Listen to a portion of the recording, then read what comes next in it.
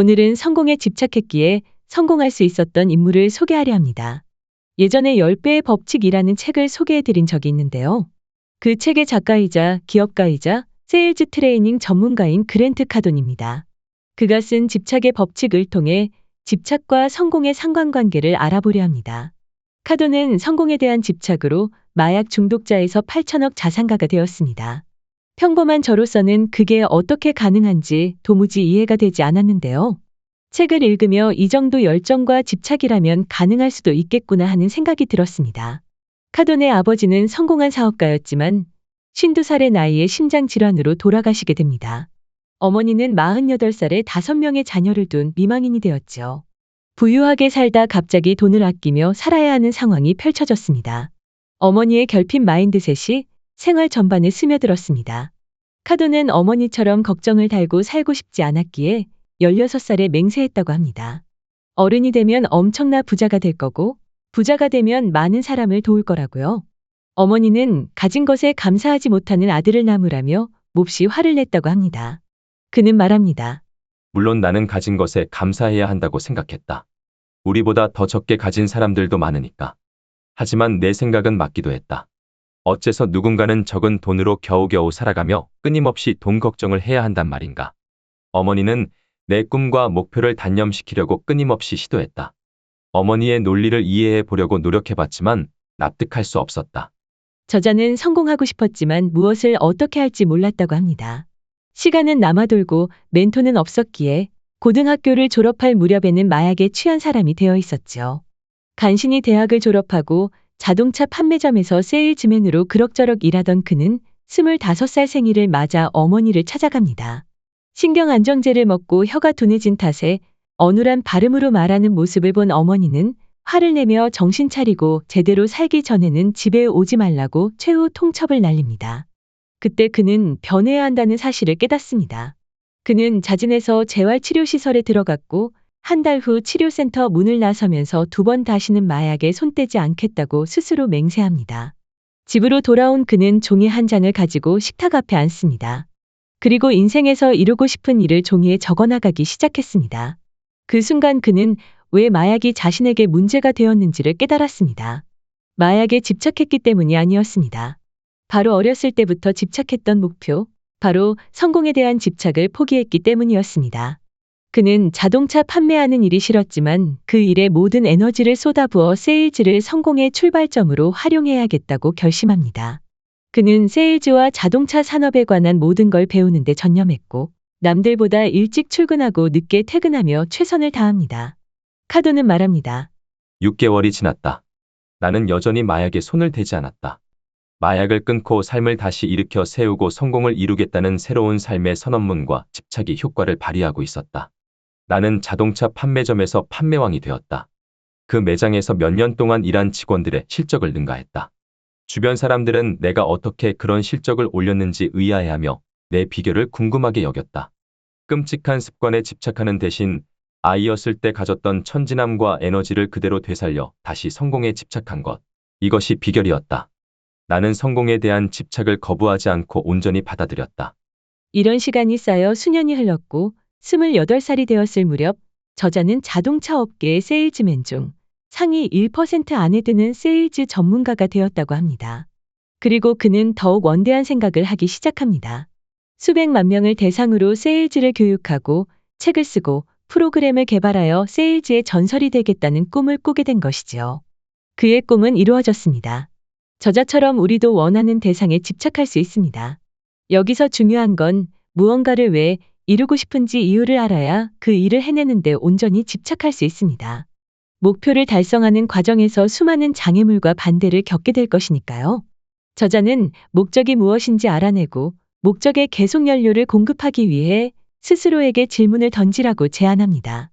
늘 하고 싶던 일은 무엇인지, 돈을 받지 않아도 기꺼이 할 수 있는 일은 무엇인지, 어느 정도의 돈이 안정감을 주는지, 다른 사람보다 더 잘할 수 있는 것은 무엇인지, 사회에 어떤 기여를 하고 싶은지, 여러분의 인생에 가장 도움이 되는 사람은 누구인지, 무엇이 여러분에게 에너지를 주는지 등등 다양한 질문을 하고 솔직하게 답해보는 시간을 가져야 합니다. 이것이 진정한 집착에 집착할 수 있도록 하는 첫 번째 단계입니다.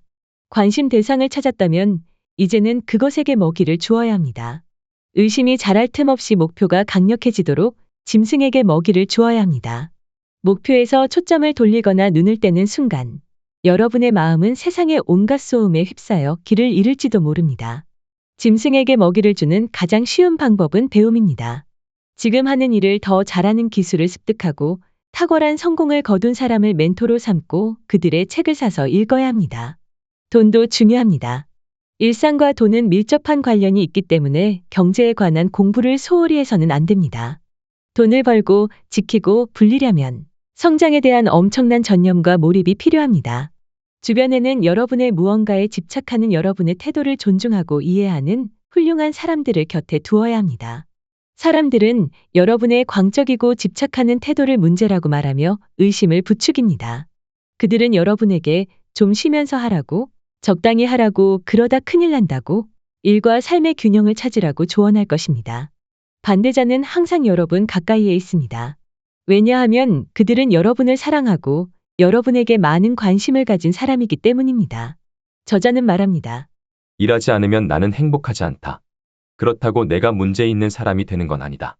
오히려 생산적인 사람이 된다. 생산성을 최대로 발휘할 때 나는 가장 행복하다.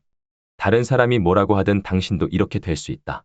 다른 사람들은 당신이 무엇을 원하는지 모른다. 다른 사람의 말을 듣고 성공에 대한 집착이 흔들리면 안 된다.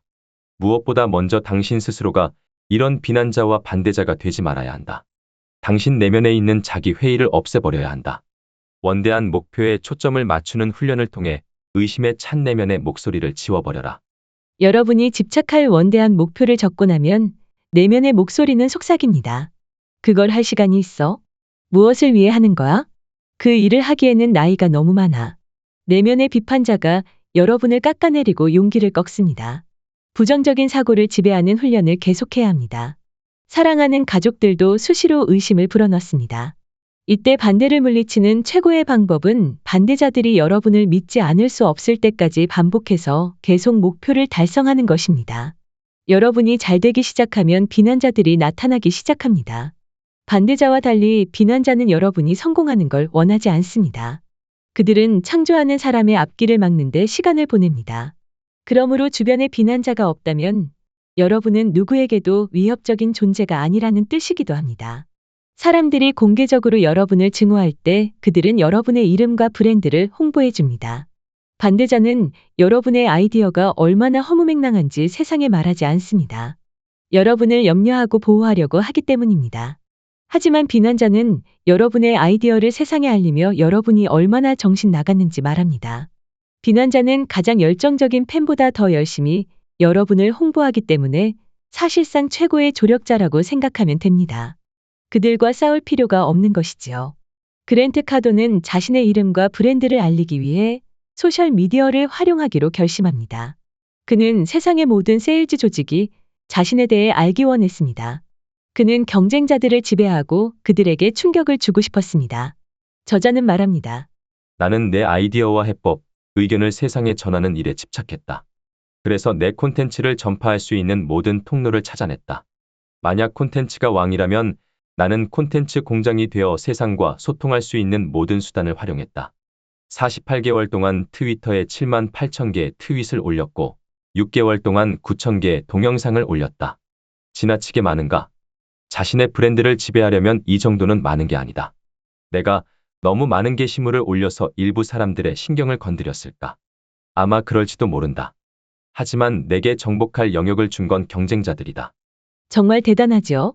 저는 지난 6개월 동안 동영상 100개를 만드는 것도 힘들었는데 9,000개를 올렸다고 하니 할 말이 없습니다.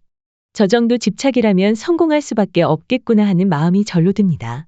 저자가 처음 사업을 시작했을 때 2년 동안 날마다 포기하고 싶었다고 합니다. 전화를 하면 너무 많은 사람이 말하는 도중에 끊어버리고 욕을 했으며 다시는 전화하지 말라고 소리를 쳤습니다. 하지만 그는 포기하기를 거부하고 성공한 사람들의 이야기에 매달렸습니다. 엄청난 성공을 이룬 사람은 그저 실패를 극복한 게 아니라 실패를 끈기의 연료로 사용합니다. 실패 성공과 실패의 차이는 무엇일까요? 성공하는 사람은 남들이 기권하고 경기장을 떠날 때에도 계속 경기장에 남아 있습니다. 그들은 포기하지 않습니다. 대부분의 사람은 기적이 일어나기 직전에 포기합니다. 모든 한계를 넘었다고 생각한 다음 한 번 더 그 한계를 넘어설 때 기적은 일어납니다. 다른 사람이 포기할 때 여러분이 결과에 상관없이 오랫동안 끈기 있게 계속 시도한다면 여러분은 성공할 것입니다. 여러분이 집착한 것을 이루고 나면 목표를 다른 것으로 바꿀 마음이 생길 테니 어쩌면 이 과정은 삶의 일부일지도 모르겠습니다. 오늘 한 권의 책은 집착의 법칙이었습니다. 작가 이하림입니다. 감사합니다.